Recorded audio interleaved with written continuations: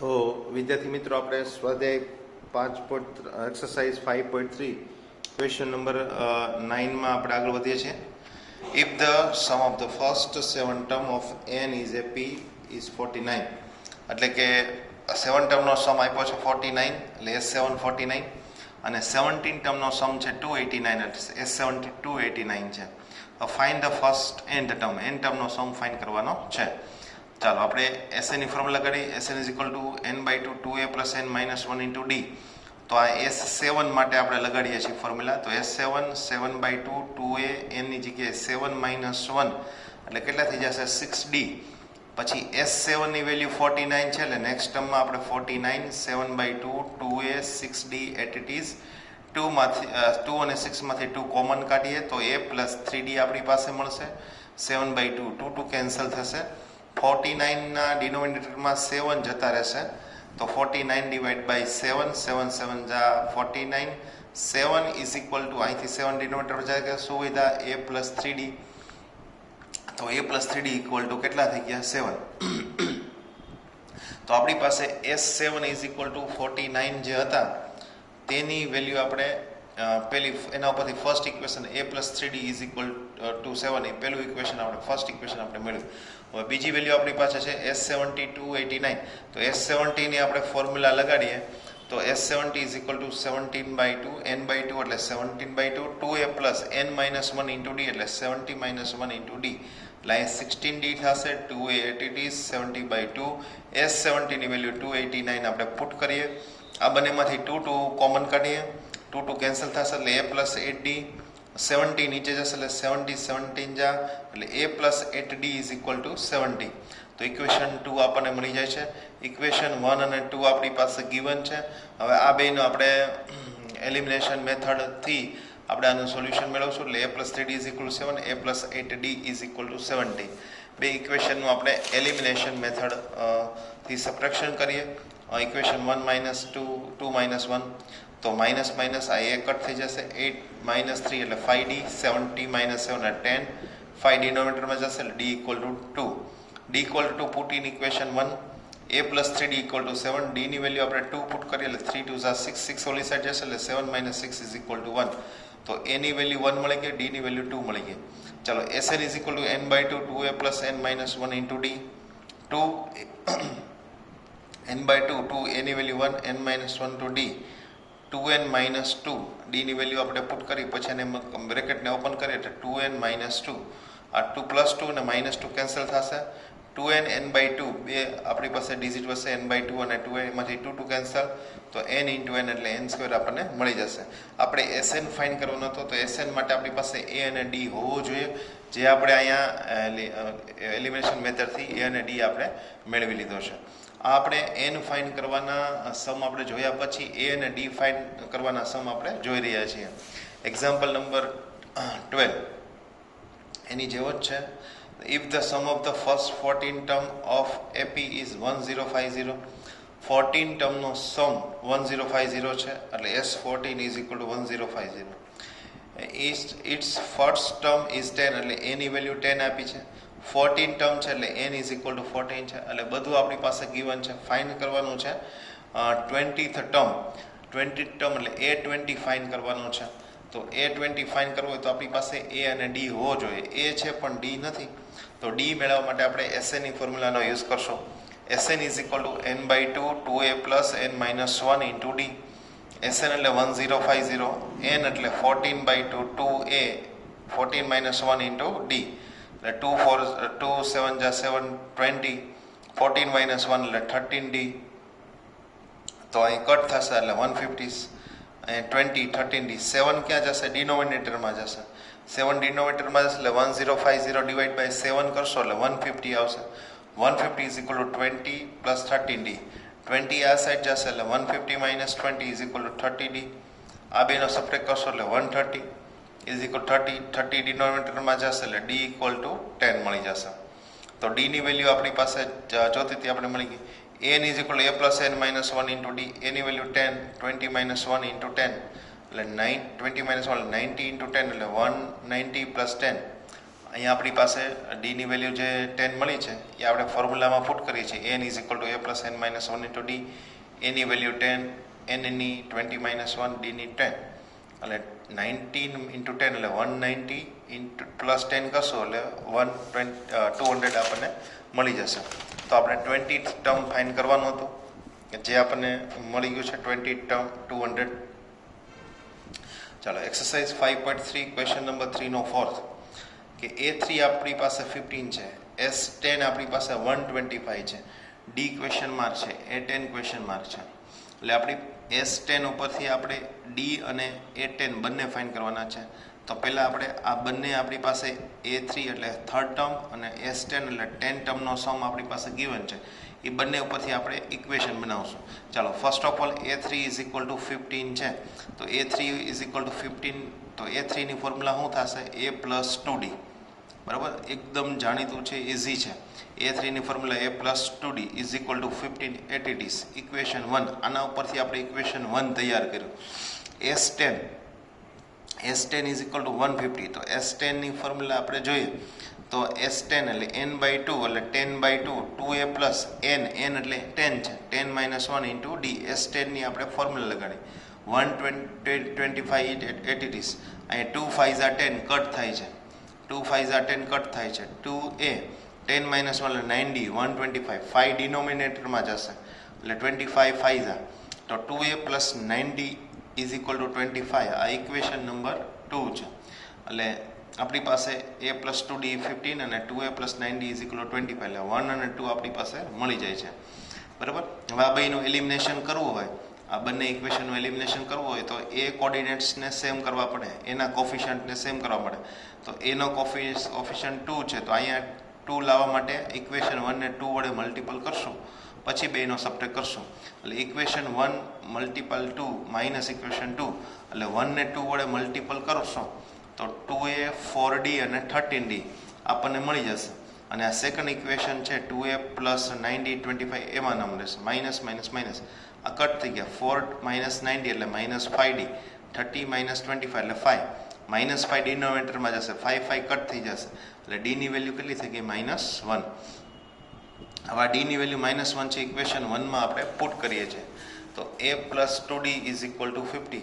ડીની જગ્યાએ -1, 2 1 ઝા -2, -2 ઓલી સાઈડ જશે એટલે a ઇક્વલ ટુ કેટલા મળી ગયા આપણને 70. તો એની વેલ્યુ આપણે 70 મળી ગઈ. એટલે an is equal to a plus n minus 1 into d. એની જગ્યાએ 70, n 10 માઇનસ 1, ડીની જગ્યાએ -1. 9 ઇન્ટુ -1 એટલે 9 1 ઝા -9, 17 -9 એટલે 10 ટર્મ આપણને જે ફાઇન કરવાનું હોય કેટલો મળી ગયો છે આપણે n. a અને d મળી જાય પછી તો આપણે કોઈ પણ ટર્મ મેળવી શકીએ છીએ. ચાલો એવી જ રીતનો સમ છે આપણી પાસે 5.3 ક્વેશ્ચન નંબર 3 નો ક્વેશ્ચન નંબર 5. બરાબર, અહીંયા કંઈક ભૂલ જેવું લાગે છે. ફાઇન્ડ કરવાનો છે ડી ગિવન છે, ઓકે સોરી, ડી ગિવન છે. D is equal two 5, S9 is equal 75, a is equal two question mark અને અહીંયા ડી નથી, આપણે ફાઇન્ડ કરવાનું છે A9. બરાબર, A9 ફાઇન્ડ કરવાનો છે, અહીં લખવામાં ભૂલ થઈ ગઈ છે, A9 ફાઇન્ડ કરવાનો છે. ચાલો S975 આપ્યો છે, S975 આપ્યો છે તો 9/2 SN ની ફોર્મ્યુલા લગાડો તો SN એટલે n/2 એટલે 9/2, 2a plus n minus n ની જગ્યાએ આપણે કેટલા છે 9 માઇનસ ઇન્ટુ ડી અને 75 એમના 9/2 2a પ્લસ 8d 75, 2 2 કોમન કાઢો એટલે a પ્લસ 4d 75, 2 2 કટ થઈ જશે એટલે 9 બ્રેકેટમાં શું વધશે a plus 4d is equal two 75. આ 9 છે ડિનોમિનેટરમાં ઓલી સાઈડ જવા દો તો 75/9 કરશો તો 9 3 3 ઝા 9 ને 25 3 ઝા એટલે 25/9. a પ્લસ 4d ડીની જગ્યાએ આપણે શું વેલ્યુ પુટ કરશું 5 જે આપણી પાસે ગિવન છે, d ઇક્વલ ટુ 5 એટલે 5 4 ઝા 20 અને અહીંયા કટ થશે 3 3 વડે બંનેને ડિવાઈડ કરો તો 25 3 ઝા ને 3 3 ઝા 9 એટલે 25/3 થયા. 20 ઓલી સાઈડ જતા રહ્યા એટલે 25/3 માઇનસ 20. હવે આનો એલસીએમ લેશો તો એલસીએમ 20 સાથે મલ્ટિપલ થશે એટલે 60, 25 માઇનસ 60/3 તો એની વેલ્યુ આપણને મળી જશે. તો 25 માઇનસ 60/3 એટલે -30/3. તો એની વેલ્યુ આપણને મળી ગઈ. હવે એની ફોર્મ્યુલા લગાડો. n = a + n - 1 × d. એમાં n ની 9, a તો -30/3 છે, 9 -1 અને d ની વેલ્યુ 5 આપણી પાસે ગીવન છે. એની વેલ્યુ આપણી પાસે નહોતી, જે આપણે અહીંયા મેળવી લીધી. હવે આનું સિમ્પ્લિફિકેશન આપો. -30/3, 9 - 1 એટલે 8 × 5 = 40, બરાબર. એટલે -35 પ્લસ અહીંયા એલસીએમ લેવો પડશે. 3 × 4 = 120, 120 - 35 એટલે 85/3 આપણો આન્સર આવશે. એટલે A9 85/3 આપણને મળી જશે. એક્સરસાઇઝ 5.3 ક્વેશ્ચન નંબર 3 નો 9. A = 3, n = 8 અને Sn = 192, D = question mark. તો Sn આપણી પાસે 192 છે. તો આપણે પહેલા Sn ની formula લગાડીએ. Sn = n/2 2a + n - 1 × d આપણે મૂકી દઈએ. હવે Sn ની વેલ્યુ 192 છે. n આપણી પાસે ગિવન છે 8/2, 2a એની વેલ્યુ છે 3, n એટલે 8 - 1 અને d એટ ઇટ ઇઝ, કારણ કે d ફાઇન કરવાનો. અહીં કટ થશે. 2 × 4 = 10, 3 × 2 = 6 અને 7d. હવે 4 જે કટ થઈ 4 ડિનોમિનેટરમાં જવા દીધા છે. તો 192 / 4 કરશો એટલે 48 આવશે. આ 4 ડિનોમિનેટરમાં જશે એટલે 192 / 4 કરશો એટલે 48 આવશે. અને અહીંયા 3 × 2 = 6 અને 7d વધશે. તો 6 + 7d = 48 વધ્યા. 6 ઓલી સાઈડ જશે એટલે 48 - 6 = 42. 7 ડિનોમિનેટરમાં જશે એટલે 6 7 એટલે d ની વેલ્યુ આપણને 6 મળી જશે. Exercise 5.3 question number 3 no 10. Given L = 28, Sn = 144 and there are total 9 terms, find A. એટલે આપણી પાસે L એટલે લાસ્ટ ટર્મ છે, Sn છે અને ટોટલ 9 ટર્મ્સ એટલે n પણ આપણી પાસે ગિવન છે. એટલે આપણે ફર્સ્ટ ટર્મ ફાઇન્ડ થઈ જાય. તો આપણી પાસે સિમ્પલ ફોર્મ્યુલા છે. Sn = n/2 a + n. તો Sn એટલે 144, n એટલે 9 ટર્મ્સ એટલે 9/2, a આપણી પાસે નથી, L એટલે લાસ્ટ ટર્મ 28. હવે 2 સામે જશે એટલે ડિવિઝનમાં છે, ઓલી બાજુ હશે મલ્ટિપ્લિકેશનમાં, 9 ડિનોમિનેટરમાં આવશે અને a + 28 at it is 16 9 = 144. Cut થશે એટલે 16 2 = 32, a + 28 આ સાઈડ આવશે એટલે 32 - 28 = a. 32 માંથી 28 જાય તો a ની વેલ્યુ કેટલી મળી જશે આપણને? 4 મળી જશે. તો 32 - 20 એટલે a ની વેલ્યુ આપણને 4. ચાલો એક્સરસાઇઝ 5.3 ક્વેશ્ચન નંબર 11. જરા હટકે એવું આપણે આનું નામ આપ્યું છે. જેમ ઓલો સમ હતો થોડોક ડિફરન્ટ, એમ આ પણ ડિફરન્ટ છે. આ જ્યારે સમ તમે રિવિઝન કરો ત્યારે 2 વખત રિપીટ કરવાનો છે. ખાસ ધ્યાન રાખજો, 2 વખત રિપીટ કરવાનો છે. ઇઝી છે પણ એને 2 વખત જોવો પડશે. If the sum of the first nth term of AP is 4n - n². nth ટર્મનો સમ આપ્યો છે 4n - n². એટલે Sn આપણી પાસે ગિવન છે પણ કેવા ફોર્મમાં છે? n ફોર્મમાં છે. તો ઘણા બધા ક્વેશ્ચન પૂછ્યા છે. What is the sum of the first 2 term? એટલે S2 ફાઇન્ડ કરો. What is the second term? એટલે A2 ફાઇન્ડ કરો. Find the third term, 10th term અને nth ટર્મ. એટલે બીજું પણ આપણે ઘણું ફાઇન્ડ કરવાનું છે. 10th ટર્મ, થર્ડ ટર્મ ને nth ટર્મ. તો ખાલી આપણી પાસે એક જ વસ્તુ ગિવન છે Sn. તો એના ઉપરથી કેવી રીતે આપણે મેળવવું તે આપણે બરાબર સમજીએ છીએ. મિત્રો આ દાખલો બધા કરતાં જુદો છે. આપણી પાસે અગાઉ આવો n વાળા ફોર્મના સમ આવ્યા છે પણ ત્યાં Sn ની જગ્યાએ an હતું. an = 3 - 2n આવી રીતે an હતું. પણ અહીંયા આપણી પાસે Sn છે, an નથી પણ શું છે? Sn છે. એટલે આપણે બરાબર સમજીએ. Sn = 4n - n². હવે Sn ની જગ્યાએ આપણે પહેલા 1 પુટ કરીએ તો S1 એટલે ફર્સ્ટ ટર્મનો સમ મળશે. તો અહીં 1 પુટ કરો એટલે 4 × 1 - 1/2. તો 4 - 1 એટલે 3. આ ફર્સ્ટ ટર્મનો સમ એટલે ખરેખર શું થયું? ફર્સ્ટ ટર્મ જ થયું.